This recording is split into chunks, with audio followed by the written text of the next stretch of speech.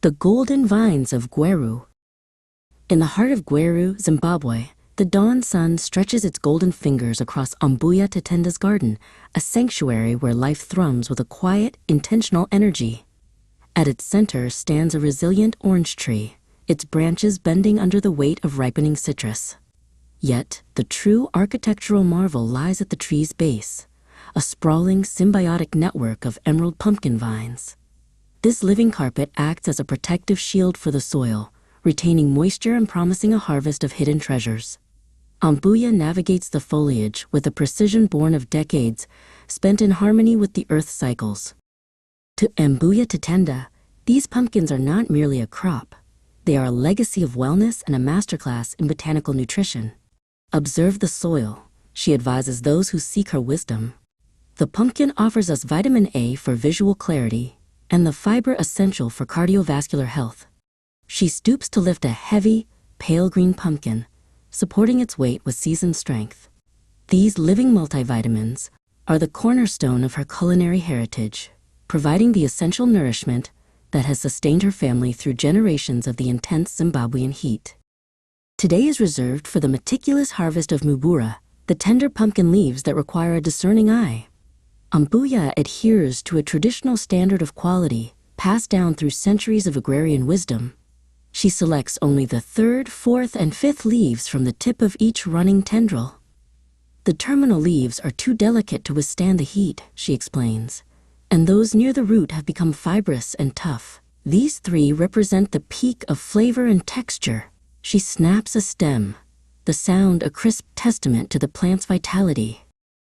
Inside the kitchen, the atmosphere transforms as the sharp, sweet aroma of onions and sun-ripened tomatoes fills the air. Ambuya prepares the first variation of Mbuya by sautéing the finely chopped greens in a seasoned pan. She monitors the onions until they reach a perfect translucence before adding the tomatoes to create a rich, acidic base. The leaves gradually soften into the mixture, absorbing the savory juices while maintaining their striking verdant hue. A culinary masterclass in simple, fresh preparation that honors the ingredient. For the second dish, Ambuya crafts a local delicacy, Mbuya enriched with peanut butter, a dish where texture meets depth. After a brief blanching to tenderize the greens, she folds in a generous portion of natural, stone-ground peanut butter. As the heat interacts with the oils, a deep, earthy fragrance permeates the room.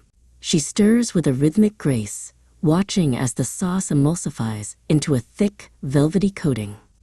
This is the ultimate comfort food, a dish that bridges the gap between the raw garden and the warmth of the hearth. Then comes the centerpiece of her harvest, Nhopi. Ambuya begins by peeling a ripe pumpkin and cutting it into golden cubes that glow like amber. She boils them in a large pot until they are tender enough to melt on the tongue. Once drained, she begins the rhythmic, meditative task of mashing them into a smooth puree. The final touch is the addition of more peanut butter, blended thoroughly until the mash turns a beautiful, creamy orange. The result is a sweet and savory delight, so rich and smooth that it is known throughout Gweru as finger-licking good.